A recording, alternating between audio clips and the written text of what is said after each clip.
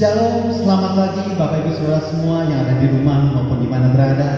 Pagi hari ini saya percaya sukacita Tuhan selalu ada bersama-sama dengan kita. Amin selalu. Pagi hari ini saya mau katakan Shalom Aleichem. Damai sejahtera menyertaimu. Damai sejahtera. Nah, saya mau ajak Bapak Ibu semua yang ada di rumah, kita mau sama-sama katakan Shalom Aleichem dan damai sejahtera menyertaimu ini. Siap, kita mau sama-sama katakan ya. Shalom Aleichem. Shalom. Damai sejahtera menyertaimu. Damai sejahtera. Amin. Kami percaya Tuhan, damai sejahtera-Mu selalu ada buat kami. Kami percaya Tuhan, Kau yang selalu ada menyertai kami. Kau yang selalu ada di sisi kami Tuhan. Pagi hari ini kami datang daripada-Mu mau bersyukur Tuhan. Sebab oleh karena kemurahan-Mu kami ada hingga saat ini. Oleh karena kebaikan-Mu Tuhan, kami masih ada bisa memuji menyembah Engkau Tuhan. Kami bersyukur Tuhan. Inilah hidup kami yang datang padamu Tuhan. Kami bawa korban syukur kami. Thank you Jesus.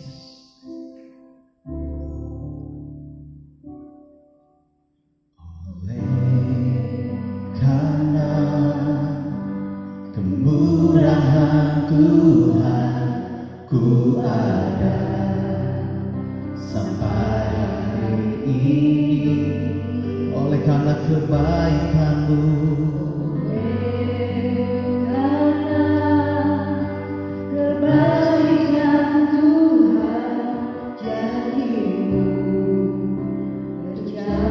mari kita nyatakan sekali lagi. Oleh karena kemurahan-Mu,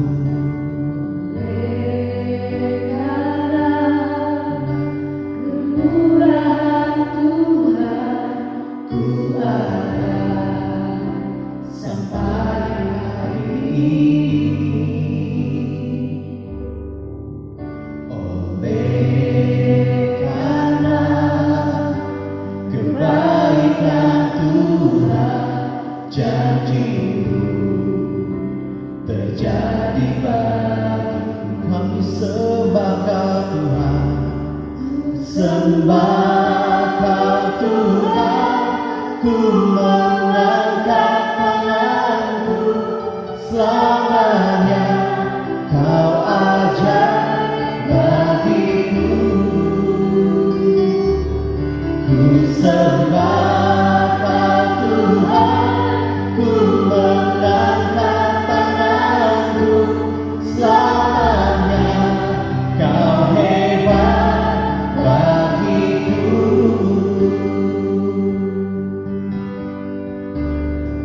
Oleh karena kemurahan-Mu,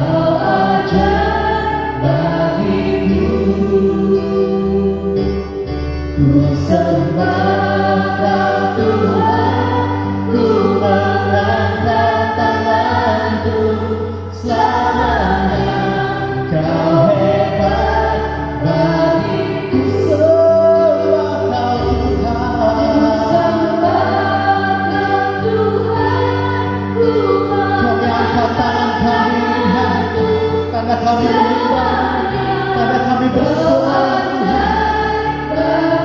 Sungguh baik, Kau sungguh hebat bagi kami.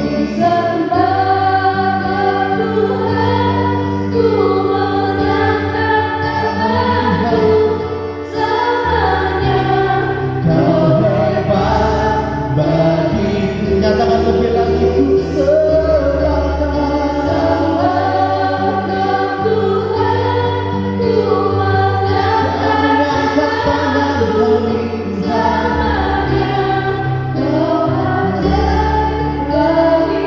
Kau ajar bagi kami Tuhan, ku sembah Kau Tuhan, ku mengangkat tanganku selamanya. Kau hebat bagiku selamanya, Kau hebat selamanya, Kau hebat bagiku selamanya, Kau hebat bagiku. Terima kasih Tuhan, kami bersyukur, kami bersyukur Tuhan, Kau Allah yang baik, Allah yang hebat dalam hidup kami. Karena kemurahan kami ada, penyertaan-Mu sempurna, pemeliharaan-Mu nyata dalam hidup kami Tuhan. Kami sembah Kau Tuhan, kami puji Kau, sebab Kau yang layak disembah, tiada nama lain. Segala pujian, segala hormat kemuliaan hanya bagi-Mu Tuhan, hanya bagi-Mu.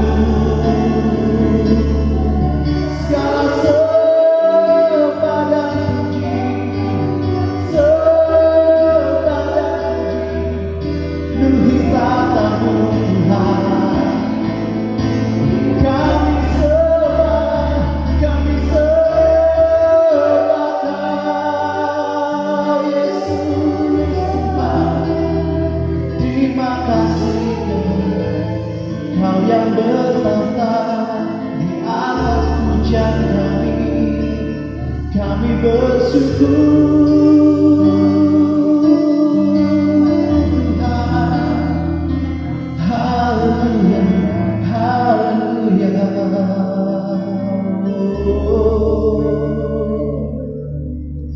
Sembah dan puji penuhi tata-Mu. Segala pujian hormat hanya bagi-Mu, sebab hanya Kau yang layak. Kami sembah Kau, terimalah pujian kami Tuhan, menjadi pada hidup kami sembah Kau Tuhan. Sembah dan puji penuhi tata-Mu. Sembah dan puji penuhi tata-Mu. Kami sembah Kau Tuhan, penuhi tata-Mu. Yesus Tuhan adalah Raja. Sama-sama bilang, angkat suaramu. Sembah dan puji penuhi tata-Mu. Sembah dan puji penuhi tata-Mu. Sembah dan puji penuhi tata-Mu. Yesus Tuhan adalah Raja. Yesus Tuhan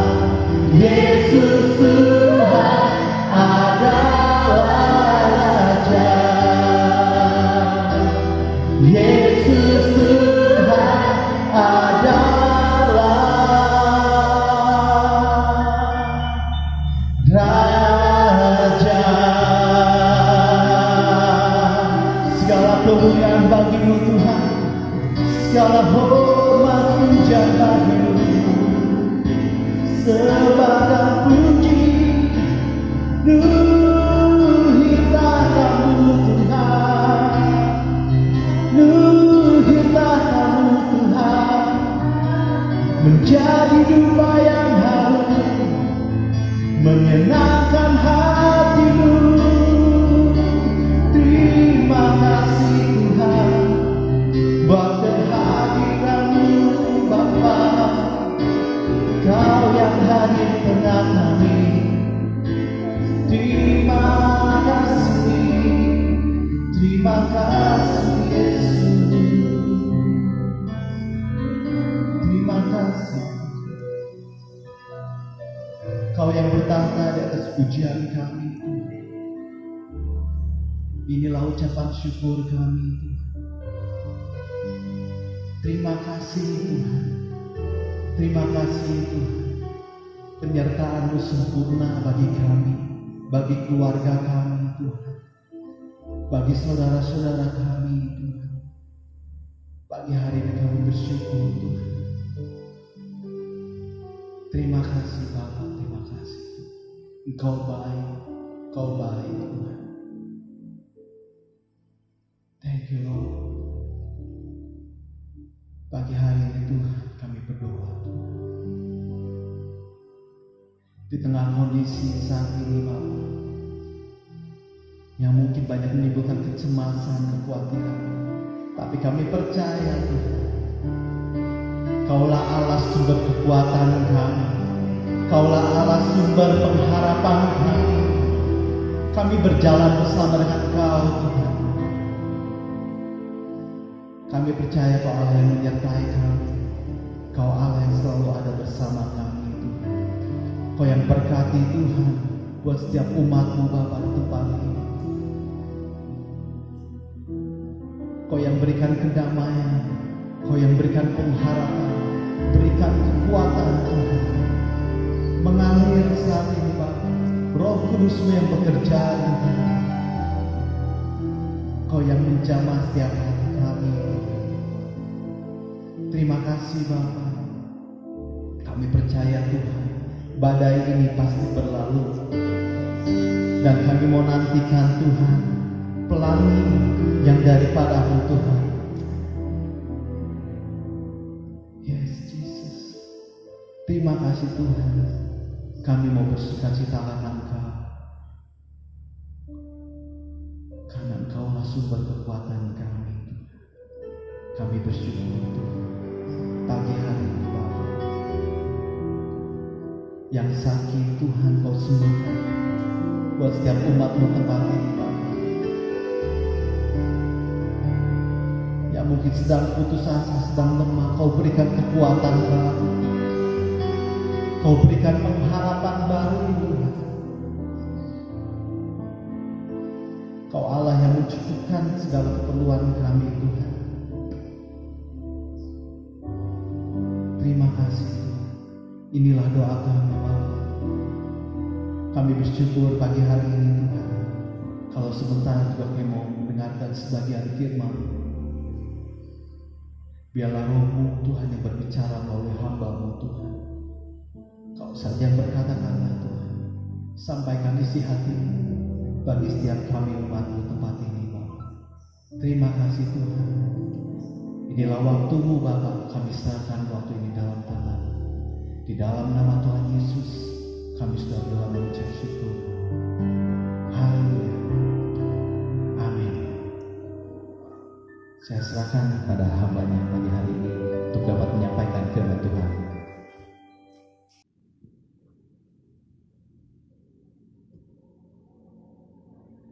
Shalom, jemaat yang Tuhan kasihi. Selamat pagi, kiranya damai sejahtera Tuhan Yesus selalu menyertai kita semua.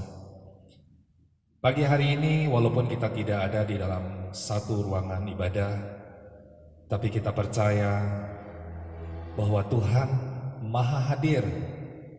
Dia hadir di sini, Dia hadir di rumah Bapak, Ibu, Saudara, Saudari semua yang sedang berkumpul dengan keluarga. Dan kita percaya 2-3 orang berseru memanggil nama Tuhan, maka Tuhan hadir. Dan kita percaya bahwa Tuhan berkenan untuk melepaskan berkat-Nya atas setiap kita umat-Nya yang sungguh mencari Dia. Pagi hari ini, jemaat yang Tuhan kasihi, kita akan merenungkan firman Tuhan. Tema firman Tuhan pada pagi hari ini berbicara tentang kefanaan atau kekekalan. Ini merupakan pilihan yang harus kita ambil. Kalau kita berbicara tentang kefanaan, bahkan kita berbicara tentang kekekalan, dua hal ini kalau disuruh pilih, pasti kita akan memilih kekekalan.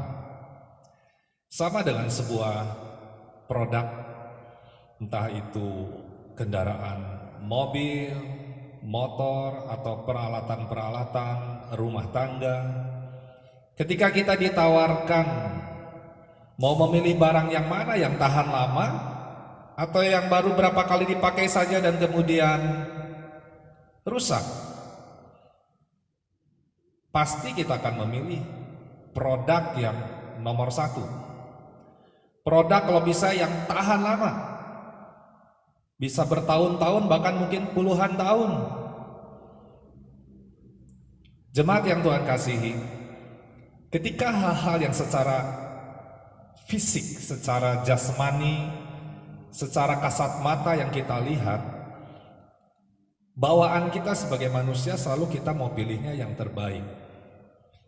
Kita selalu mau pilih hal-hal yang bisa tahan lama, sebuah produk.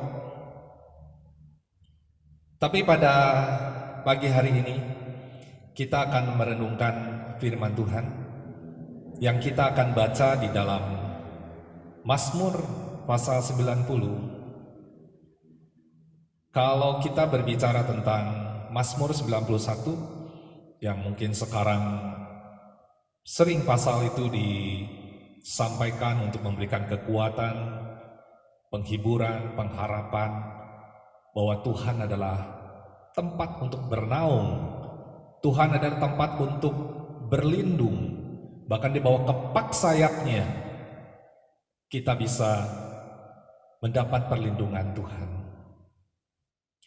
Tapi pada pagi hari ini kita akan membahas Mazmur pasal 90.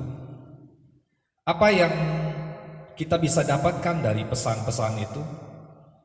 Ya, ada 4 hal yang akan kita renungkan pada pagi hari ini. Apa yang Tuhan mau, yang Tuhan pesankan melalui Mazmur pasal 90. Sebab itu mari kita baca pada saat ini di Mazmur 90 ayat 1 sampai kedua.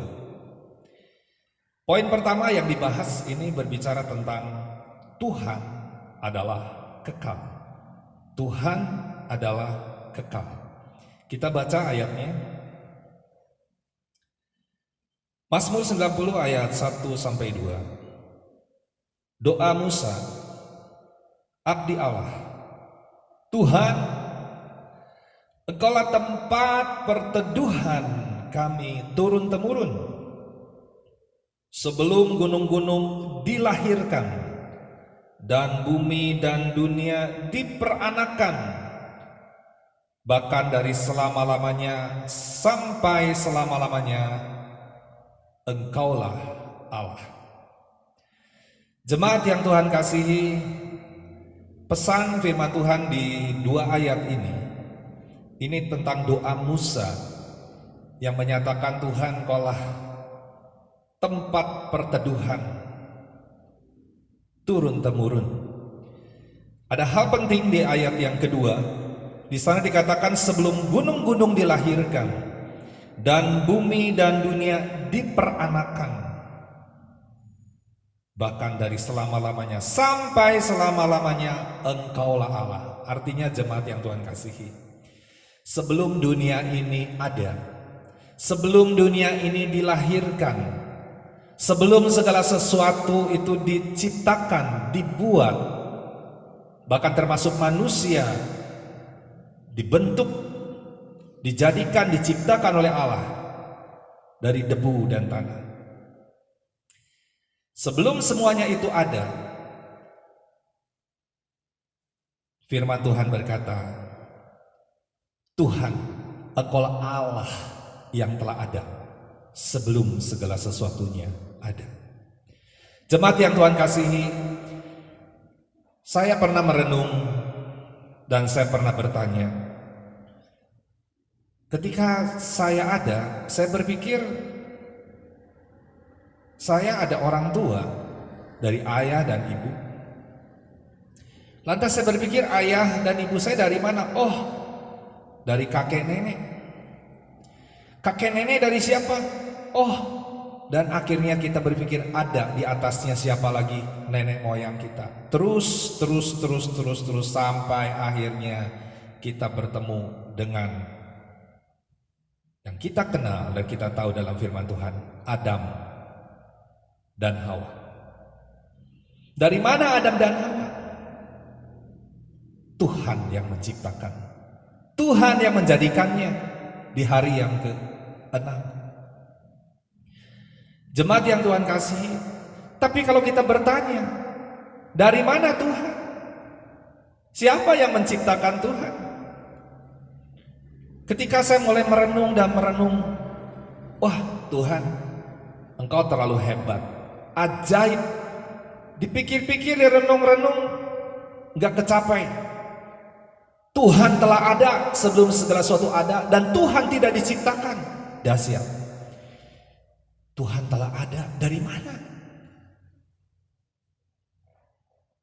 Itu sebuah pertanyaan yang besar, dan akhirnya saya hanya terkagum-kagum. Tuhan itu telah ada dan tidak diciptakan. Sudah ada. Dari mana? Nggak tahu. Dia sudah ada. Itulah Allah yang kita sembah. Itulah Allah yang kita puja, yang kita puji, yang kita sembah.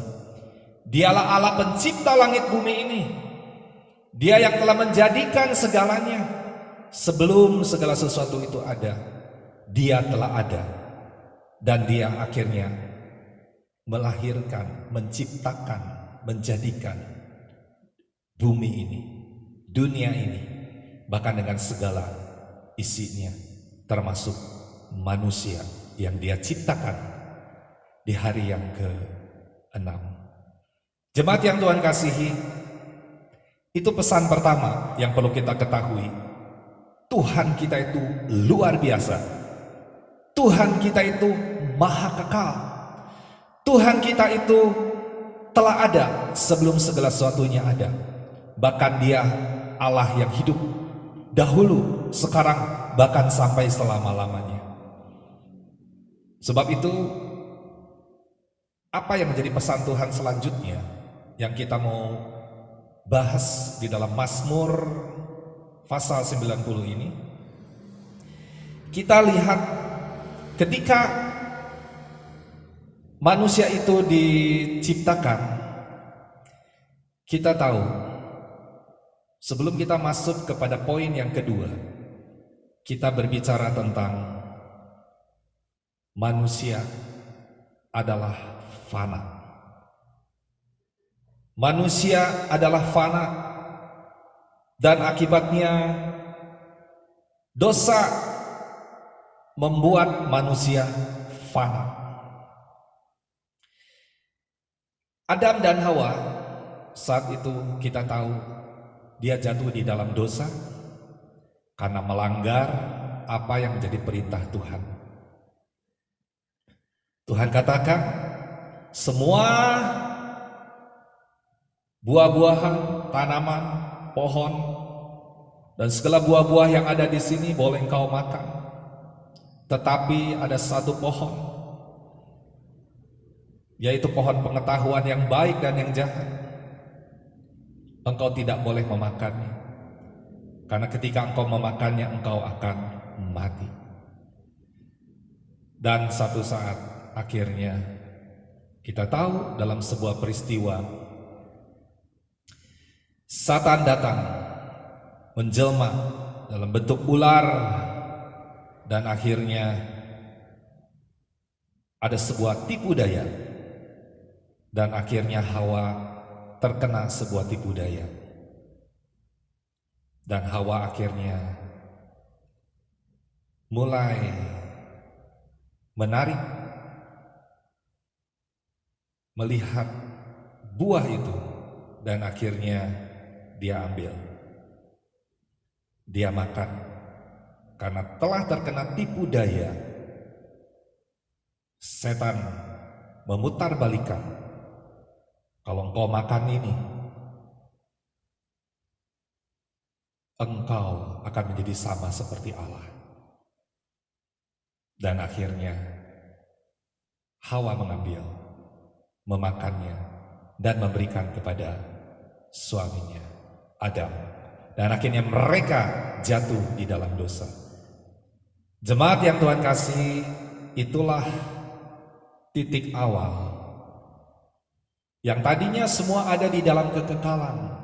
Allah menciptakan semua di dalam kekekalan, tetapi akibat daripada dosa, akhirnya manusia jatuh di dalam dosa dan mulai hidup di dalam kefanaan. Manusia tidak lagi ada di dalam kekekalan, tapi manusia menuju kepada kebinasaan. Kita baca pada saat ini di dalam Mazmur 90 ayat yang ketiga sampai ke 6. Engkau mengembalikan manusia kepada debu dan berkata, kembalilah, hai anak-anak manusia, sebab di matamu 1000 tahun sama seperti hari kemarin, apabila berlalu, atau seperti suatu giliran jaga di waktu malam. Apa yang Tuhan katakan di sini? Bahwa Tuhan akan mengembalikan manusia kepada debu. Manusia diciptakan dari debu, dari tanah, dibentuk, dan Tuhan katakan akan kembali kepada debu. Dan akibat daripada dosa, kekekalan itu hilang. Kemuliaan Allah hilang akibat daripada dosa. Jadi dosa membuat manusia fana. Ya, jadi ini poin yang kedua yang perlu kita renungkan. Pertama, bahwa Allah adalah kekal. Allah itu kekekalan.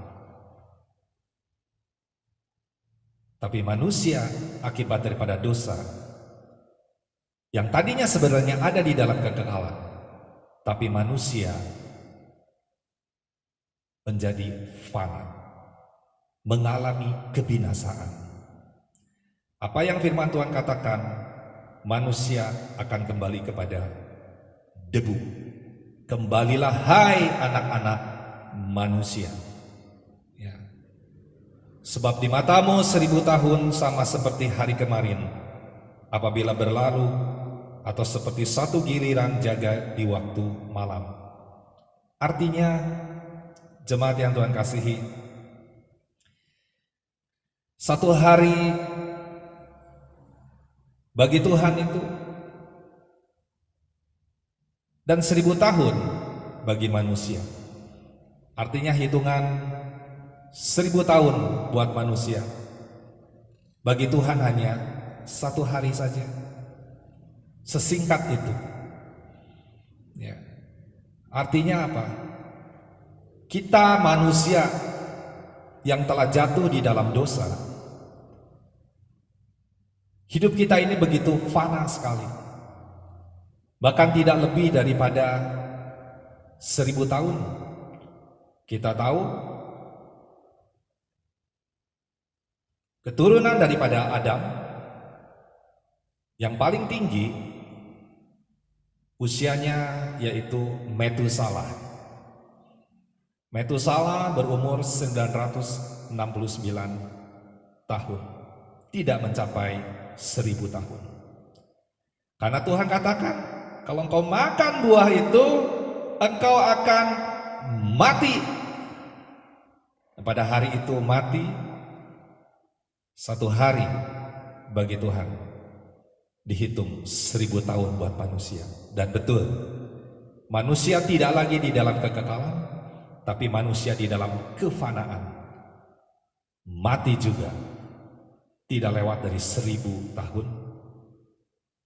Metusalah hanya 969 tahun dan akhirnya dipanggil Tuhan. Bahkan terus dari generasi ke generasi, bahkan sampai peristiwa daripada Nuh ketika bahtera itu dibangun dan Tuhan menyelamatkannya. Kita tahu setelah keluar dari bahtera itu, Nuh melihat ada pelangi dan Tuhan berkata, aku tidak akan menghukum lagi manusia dengan air bah ini. Setiap kali aku melihat pelangi, aku akan mengingatnya, aku tidak akan menghukumnya lagi. Tapi manusia umurnya tidak akan lebih daripada 120 tahun. Dan setelah itu memang sampai saat ini manusia tidak ada yang lewat umurnya sampai 120 tahun. Artinya manusia semakin fana. Bahkan di dalam Mazmur yang kita baca juga, yang nanti kita akan baca, manusia hanya 70 tahun. Kalau kuat 80 tahun. Tapi 80 tahun pun akan merasa susah. Firman Tuhan katakan. Ya. Jadi jemaat yang Tuhan kasihi, sadari. Sadari bahwa manusia begitu fana. Sebab itu pada pesan terakhir nanti kita akan dapatkan sebuah pengertian. Kita harus bijak dengan hidup ini. Dengan umur yang begitu singkat sekali. Sebab itu kita lanjutkan saat ini apa yang menjadi pesan Tuhan di dalam Mazmur 90 ayat 5 sampai 6. Engkau menghanyutkan manusia, mereka seperti mimpi. Jadi manusia hanya digambarkan dihanyutkan, bahkan seperti mimpi. Orang kalau mimpi singkat dan tiba-tiba sadar, ya, sebuah mimpi dan akhirnya mimpi itu hilang ketika kita bangun. Seperti rumput yang bertumbuh di waktu pagi, berkembang dan bertumbuh. Di waktu petang, lisut dan layu. Apa yang Tuhan katakan pada saat ini melalui firman-Nya? Manusia hanya digambarkan seperti rumput yang ketika tumbuh tapi terkena terik matahari, akhirnya rumput ini akan layu. Bahkan bunganya pun akan gugur. Demikianlah firman Tuhan katakan, manusia dengan segala kemegahannya, bunganya, kemegahannya, kehebatannya, kepintarannya, kecerdasannya, pengetahuannya, kekayaannya, kebisaannya, kehebatannya yang selama ini kita lihat apa yang dunia sedang sodorkan. Ya, semua dengan kecanggihannya, kehebatannya. Bahkan sekarang memasuki industri 4.0. Semua dengan hebat, canggih, serba cepat. Kita perhatikan bahwa semua itu akan dikatakan lisut, layu, gugur. Kehebatan manusia akan sirna.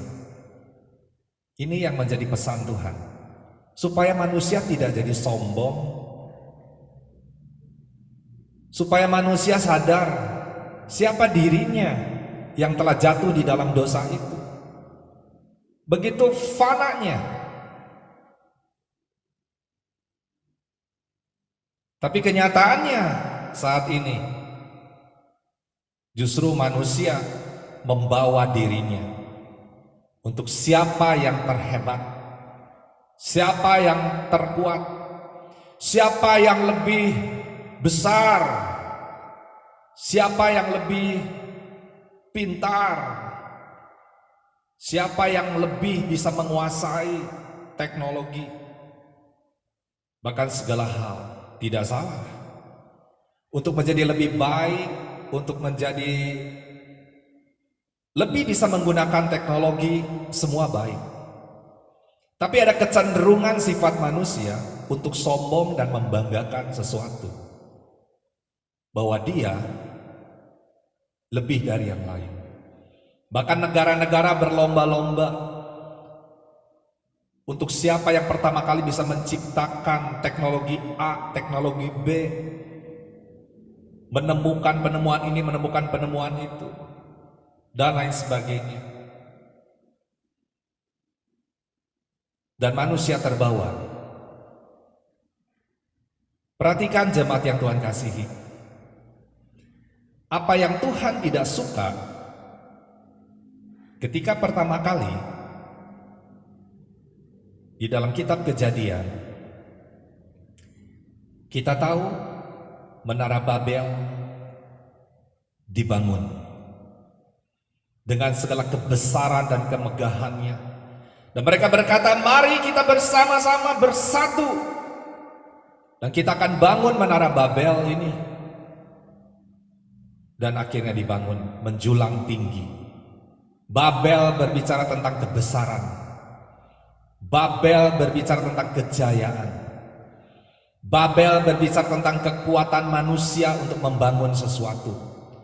Babel berbicara tentang siapa saya, siapa kami, lihatlah kami. Tuhan robohkan. Tuhan robohkan. Tuhan robohkan. Di dalam Ibrani katakan, sekali lagi aku akan menggoncangkan bukan hanya langit, bumi, bahkan segala sesuatu aku akan goncangkan, supaya yang bisa tergoncangkan akan digoncangkan. Tetapi hanya satu yang tidak tergoncangkan, itu kerajaan Allah. Berbahagialah kamu yang menerima kerajaan Allah yang tidak tergoncangkan. Jemaat yang Tuhan kasihi, kita lihat saat-saat ini di dalam kefanaan manusia ini, manusia nggak sadar bahwa dia perlu Tuhan sebenarnya. Manusia mulai lupa Tuhan. Manusia mulai mengandalkan dirinya sendiri. Manusia mulai mengandalkan kekuatannya sendiri. Manusia mulai lupa. Manusia mulai menikmati apa yang disodorkan oleh dunia. Manusia mulai mencari, menikmati apa yang dunia sedang sodorkan, yang semakin memberikan hal-hal yang menarik, yang indah. Lupa kepada Tuhan. Babel-Babel akhir zaman, dalam arti menara-menara yang sedang dibangun oleh manusia, Tidak terluput baik menara-menara yang sedang dibangun di dunia ini dengan segala kemegahannya, dengan segala kebesarannya, untuk membawa dirinya lebih dan menyatakan dirinya lebih dari yang lain. Bahkan segala hal apapun, termasuk gereja Tuhan. Kalau kita sebagai gereja Tuhan tidak benar, tidak hidup dalam kebenaran, maka sama Tuhan pun akan goyangkan gereja itu. Jemaat yang Tuhan kasih, ini adalah hal yang penting apa yang Tuhan mau. Supaya kita berbalik kepada jalan yang benar. Supaya kita berbalik di dalam ketulusan, kemurnian. Bahkan kita sebagai gereja Tuhan. Supaya kita kembali kepada panggilan yang murni. Jemaat yang Tuhan kasihi,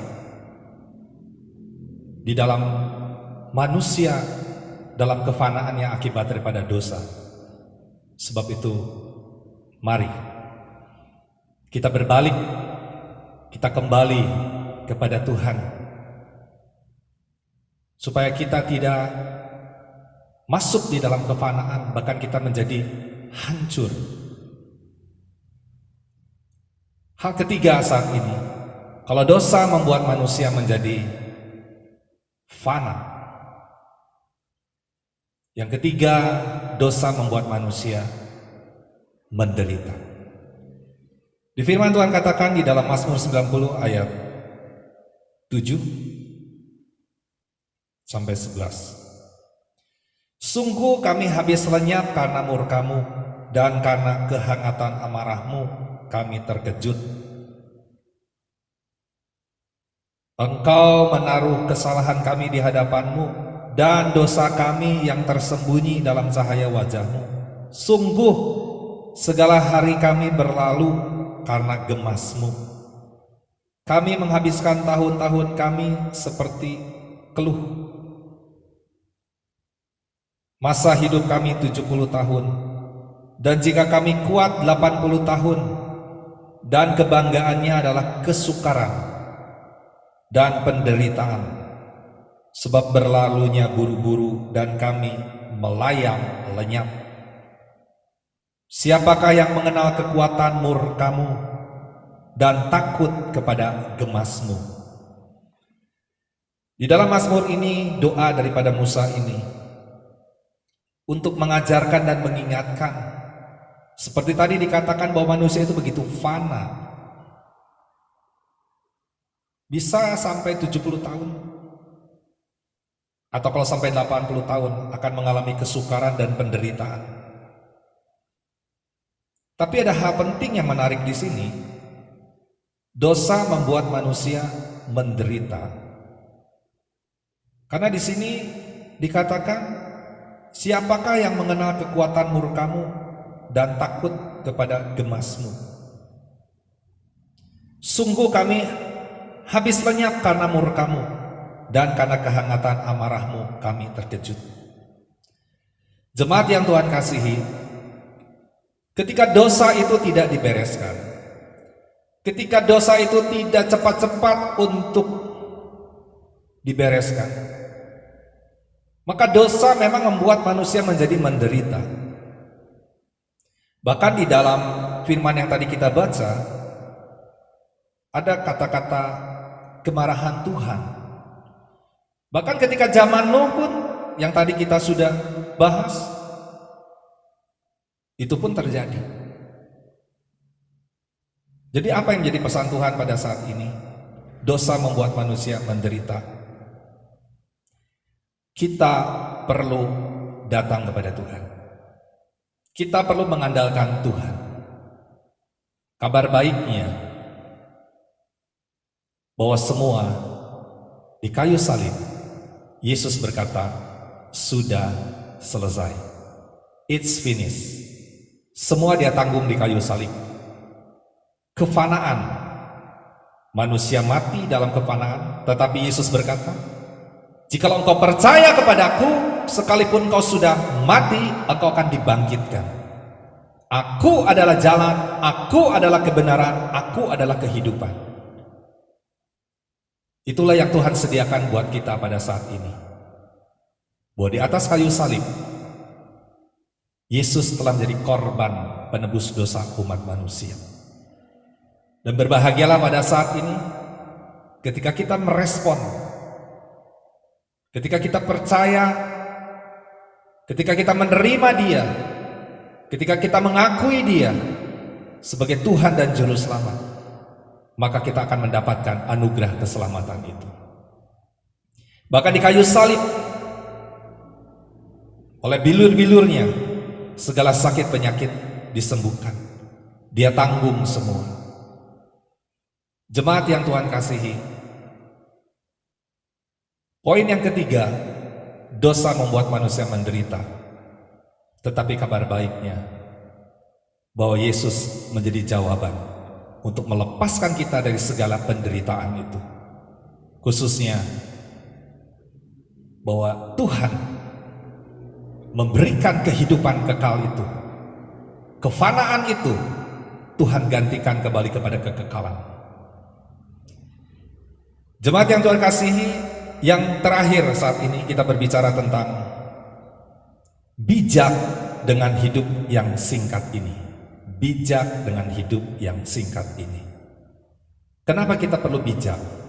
Sekali lagi, tadi dikatakan manusia hanya seperti rumput, tumbuh terkena terik matahari, layu bunganya gugur. Begitu singkatnya, 70 tahun atau 80 tahun. Dengan waktu yang begitu singkat itu, jangan sampai kita tidak bijak. Jangan sampai dengan waktu yang singkat itu, akhirnya kita lupa Tuhan. Kita nggak mengandalkan Tuhan.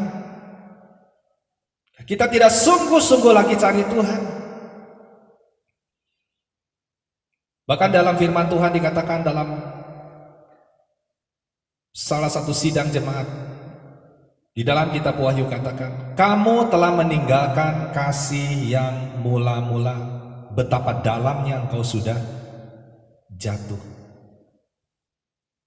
Betapa dalamnya engkau sudah jatuh, sekalipun melayani Tuhan, melakukan pekerjaan Tuhan, menderita karena nama Tuhan. Nanti baca dalam kitab Wahyu.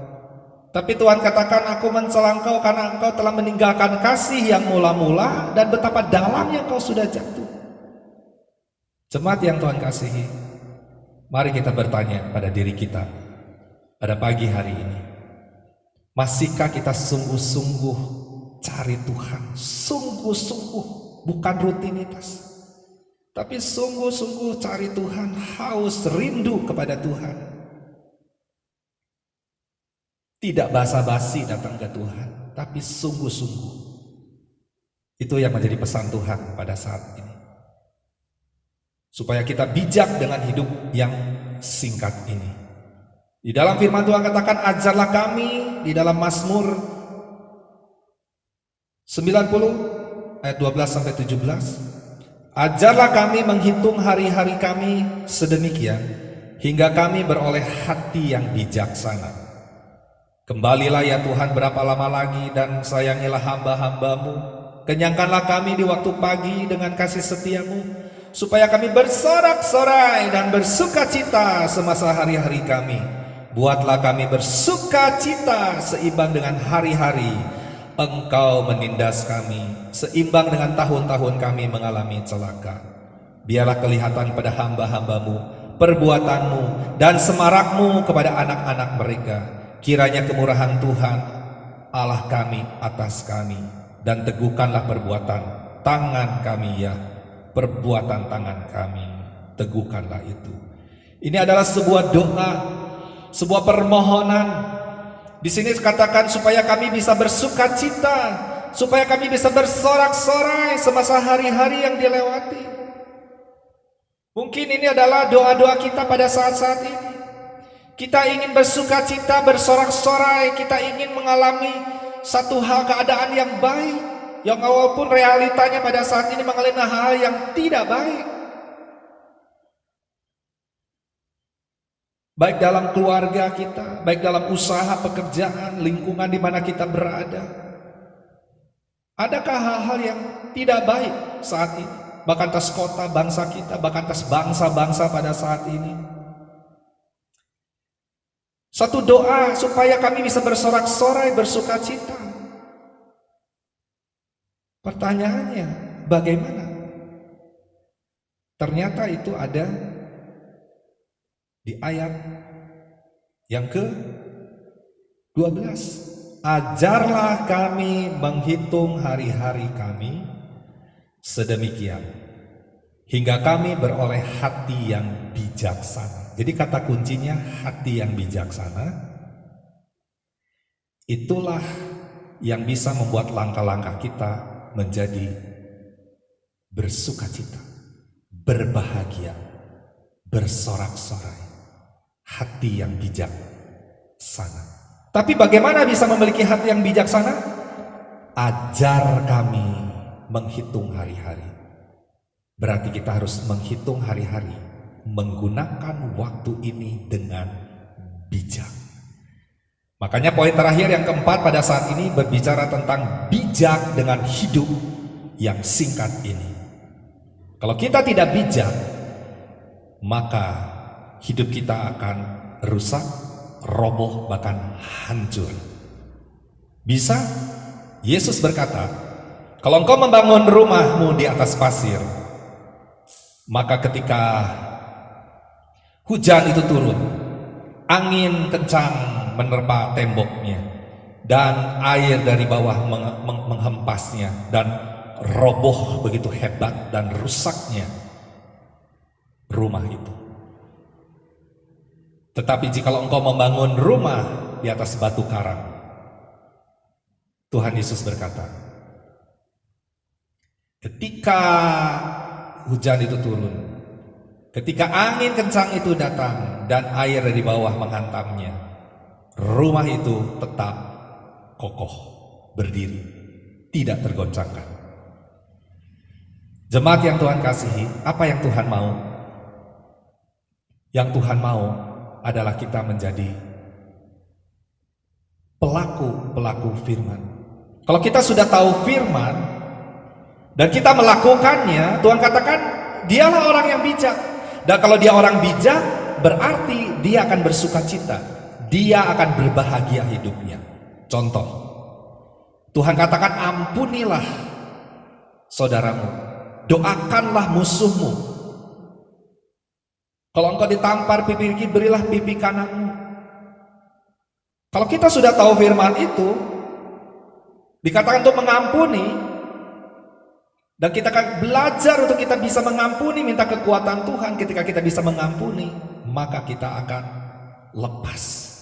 Maka kita akan bisa bersukacita, karena kita bisa melepaskan. Bagaimana mungkin kita bisa bersukacita kalau kita masih dongkol, kita masih kesel? Bagaimana mungkin?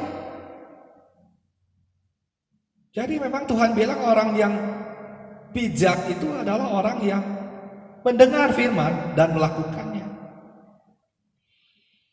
Maka kalau kita tidak melakukannya, kita hanya tahu firman, Tuhan katakan rumahnya roboh. Roboh gimana? Hancur. Gimana rumah yang hancur? Gak ada sukacita, gak ada damai sejahtera, gak ada kelepasan, gak ada kemerdekaan. Susah di sini, susah di sana, berat di sini, berat di sana.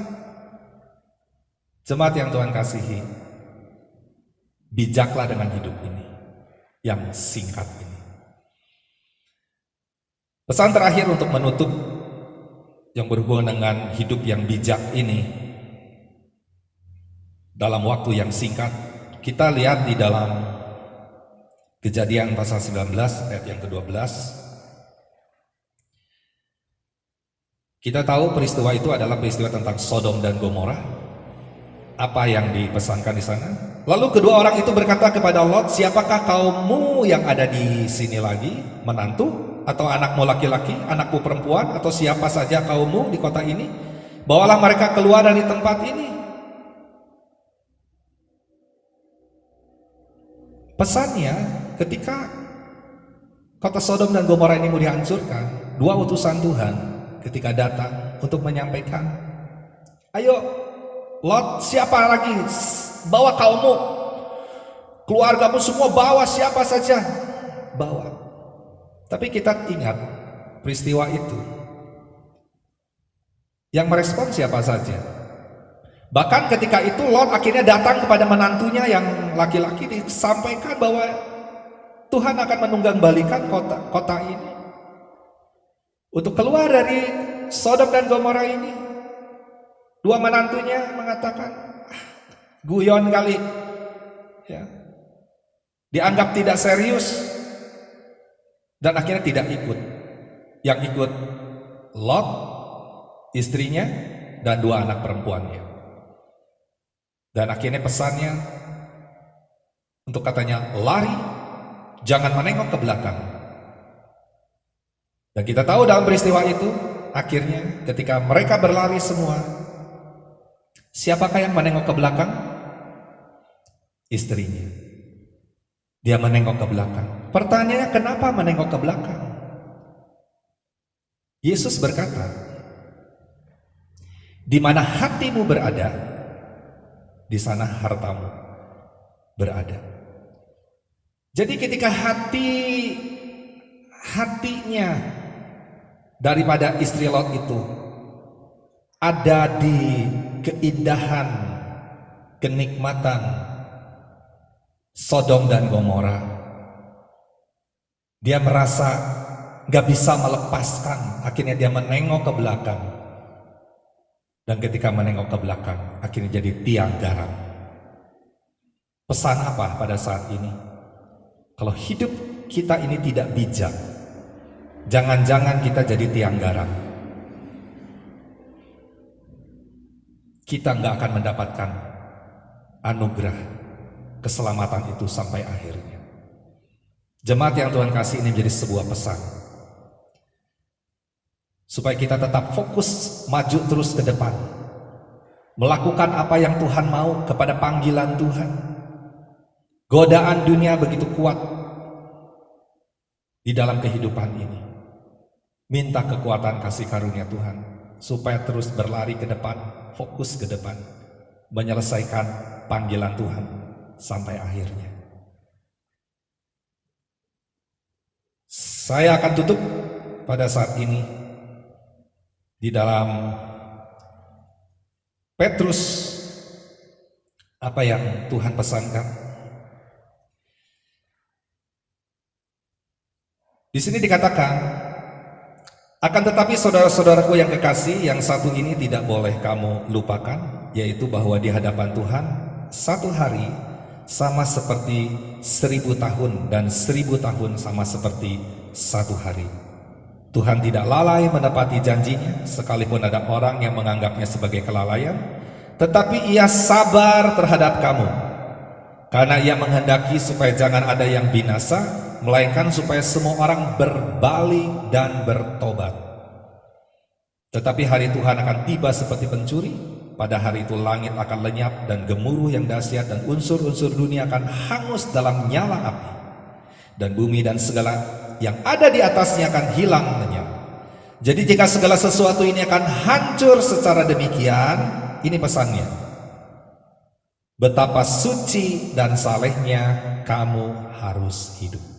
Betapa suci dan salehnya kamu harus hidup, yaitu kamu yang menantikan dan mempercepat kedatangan hari Allah. Pada hari itu langit akan binasa dalam api, dan unsur-unsur dunia akan hancur karena nyalanya. Tetapi sesuai dengan janjinya, kita menantikan langit yang baru dan bumi yang baru, di mana terdapat kebenaran. Sebab itu saudara-saudaraku yang kekasih, sambil menantikan semuanya ini pesannya, kamu harus berusaha supaya kamu kedapatan tak bercacat dan tak bernoda di hadapannya dalam perdamaian dengan Dia. Anggaplah kesabaran Tuhan sebagai kesempatan bagimu untuk beroleh selamat. Shalom, Tuhan memberkati kita semua melalui firman Tuhan pada pagi hari ini. Mari kita berdoa. Bapa dalam surga, terima kasih kami mengucap syukur Tuhan buat firman-Mu, apa yang Tuhan boleh kami baca, kami renungkan. Tuhan mengenai hidup ini, kami harus memilih kefanaan ataukah kekekalan. Biarlah Tuhan ajarkan kepada kami untuk kami mengerti pada saat ini, supaya kami Tuhan memilih kekekalan, supaya kami Tuhan hidup ini bijak, sehingga kami Tuhan boleh mengisi hari-hari dan hidup kami ini Tuhan dengan hal-hal yang berkenan kepada Engkau, yang menyenangkan kepada Engkau.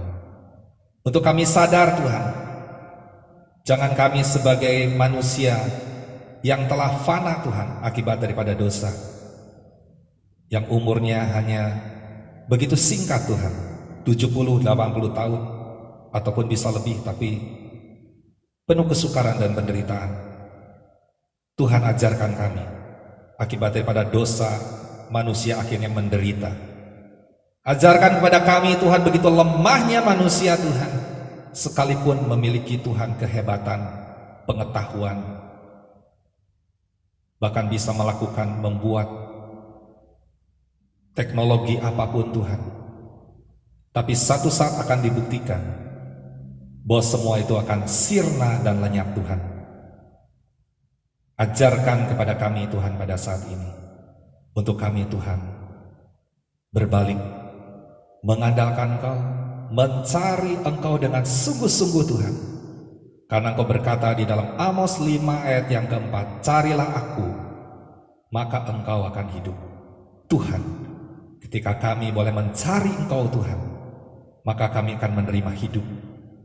Hidup lebih dari sekedar Tuhan nafas, tapi hidup Tuhan yang Tuhan Kau berkati dengan berkelimpahan, yaitu sukacita, damai sejahtera, dan kebenaran oleh Roh Kudus. Hidup Tuhan yang Kau berikan buat kami semua. Sebab itu Bapa dalam surga, biarlah pada pagi hari ini Tuhan, Engkau yang memberkati bagi setiap kami jemaat-Mu dimanapun berada Tuhan. Ketika di rumah-rumah berkumpul pada saat ini dengan keluarga Tuhan, berkatilah suami, istri Tuhan, anak-anak, orang tua, keluarga, saudara, semua Tuhan. Biarlah Bapa Engkau tahu apapun yang menjadi masalah dan pergumulan. Tapi kami percaya Tuhan bahwa janji-Mu Engkau berkata, marilah datang kepadaku, kamu sekalian yang letih lesu dan berbeban berat. Aku akan memberikan kelegaan dan sentosa kepadamu. Yesus Tuhan, Engkau mengatakan demikian, supaya kami datang kepada Engkau Tuhan, menyerahkan setiap beban masalah pergumulan kami. Terlebih lagi Tuhan, kalau kami melihat secara jasmani Tuhan, kondisi akhir-akhir ini Tuhan, yang kami tidak tahu Tuhan ke depan, hal-hal apa yang akan terjadi. Tapi kami percaya Tuhan, bahwa Engkau Tuhan tidak pernah meninggalkan kami. Bagi setiap orang yang berharap kepada Engkau, bahkan yang sungguh-sungguh mencari Engkau Tuhan, kiranya pembelaan, pertolongan, dan penyertaan Tuhan selalu ada. Terima kasih Tuhan, berkatilah bagi jemaat-Mu Tuhan. Engkau jamah, Engkau berkati, beri kekuatan, beri penghiburan. Bahkan kalau ada yang sakit, Tuhan pulihkan, sembuhkan. Kalau ada yang lemah, Tuhan kuatkan. Dan Tuhan membentengi setiap keluarga umat-Mu Tuhan. Dijauhkan dari setiap hal-hal yang jahat Tuhan. Biarlah kuasa darah Tuhan Yesus yang menutup bungkus setiap kehidupan Tuhan jemaat-Mu pada saat ini. Terima kasih Bapa dalam surga. Kami juga berdoa Tuhan melepaskan berkat Bapa buat kota dan bangsa kami Tuhan. Bapa, pada saat ini kami mengangkat melepaskan berkat Tuhan untuk Tuhan bangsa kami. Berkatilah Tuhan pada saat ini. Kalau ada hal-hal Engkau yang tidak berkenan, Tuhan ampuni setiap dosa dan pelanggaran dari pemimpin-pemimpin yang ada Tuhan. Ampuni Tuhan dari setiap masyarakat penduduknya Tuhan. Ampuni Tuhan atas setiap kami gereja-Mu Tuhan, umat-Mu, setiap para pelayan-Mu, hamba-hamba-Mu, para pemimpin rohani. Kalau ada dosa, pelanggaran, ada hal-hal yang kau tidak berkenan, ampuni Tuhan.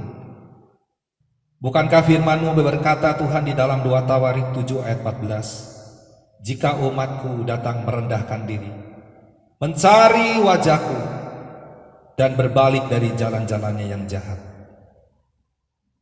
maka aku akan mendengarkan mereka, aku akan mengampuni dosa-dosa mereka, dan aku akan memulihkan negeri mereka. Sebab itu Bapa dalam surga pada saat ini, kami Tuhan merendahkan diri di hadapan Kau. Kami semua dimanapun berada pada saat ini Tuhan, mengangkat tangan, memohon berkat-Mu Tuhan. Mengakui setiap dosa pelanggaran yang ada Tuhan, memohon pengampunan daripada Engkau.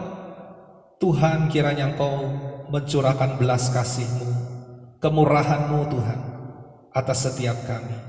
Sehingga Tuhan ketika Engkau mengampuni dosa dan pelanggaran kami, dan kami berbalik dari jalan-jalan yang jahat Tuhan, Engkau yang akan memulihkan negeri kami, Engkau yang akan memulihkan keluarga kami, Engkau yang akan memulihkan kota dan bangsa kami, Engkau yang akan memulihkan gereja kami, Engkau yang akan memulihkan Tuhan setiap penduduknya yang ada Tuhan.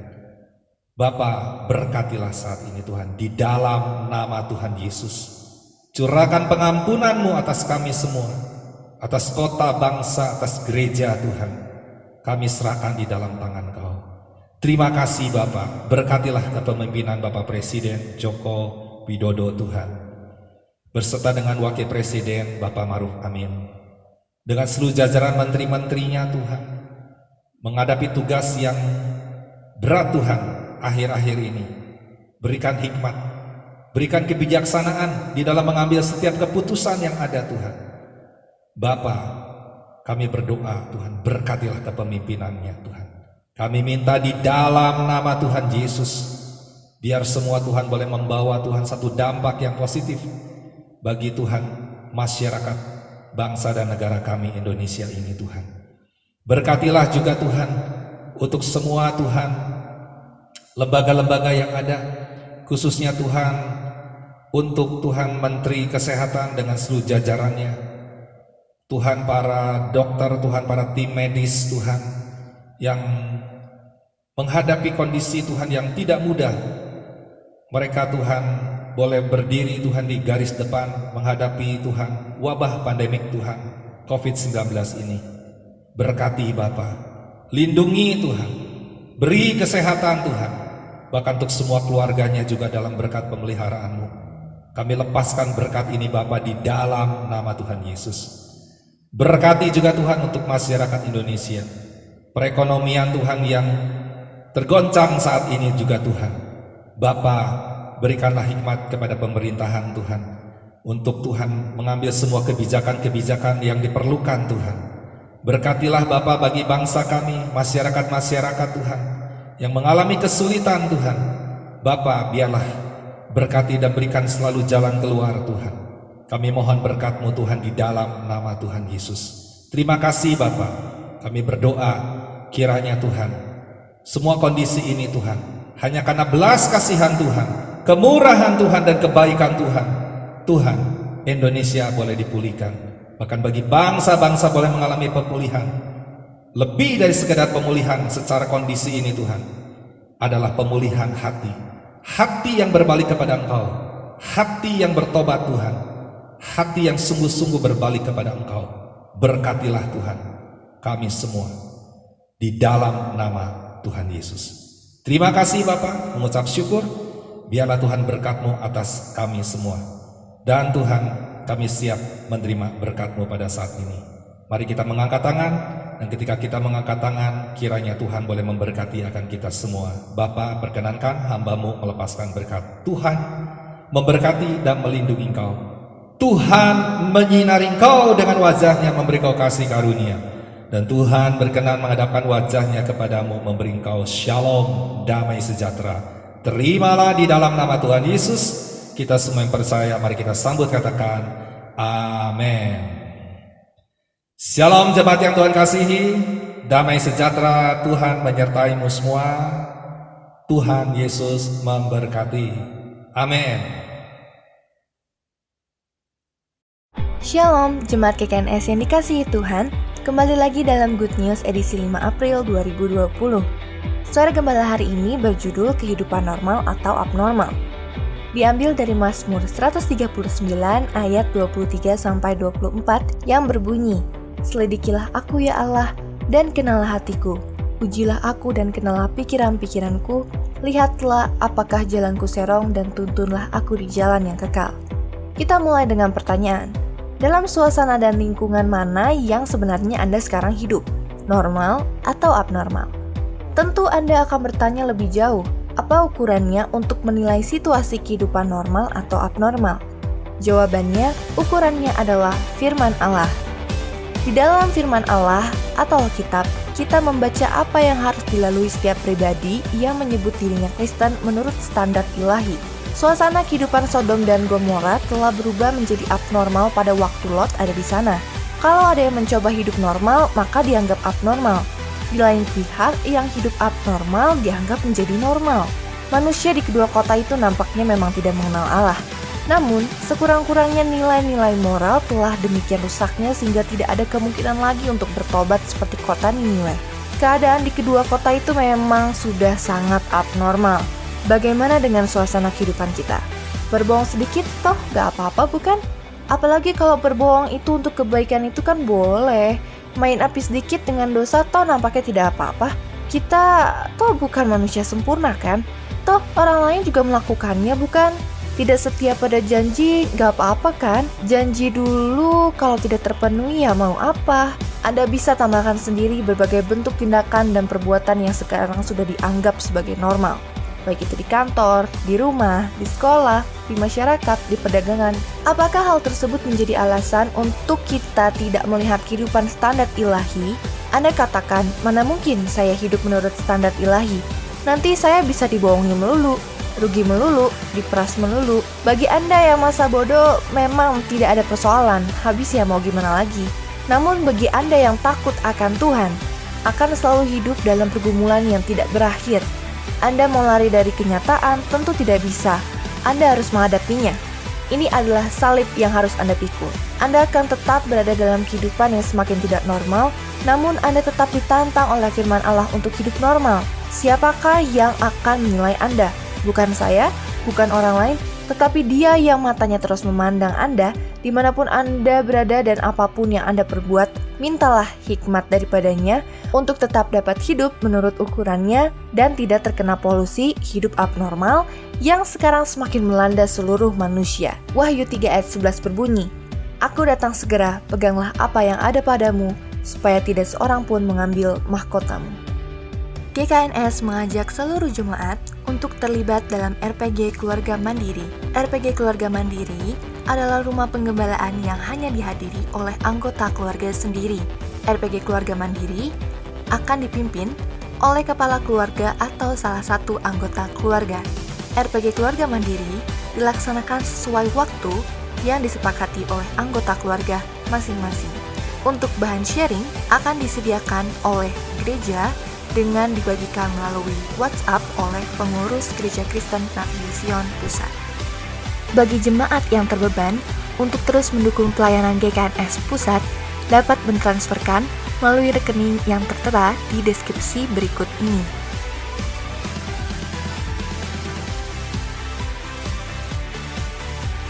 Terima kasih telah mengikuti ibadah online GKNS Pusat hari ini. Shalom Aleichem, damai sejahtera menyertaimu. Sampai bertemu di ibadah minggu depan. Tuhan Yesus memberkati.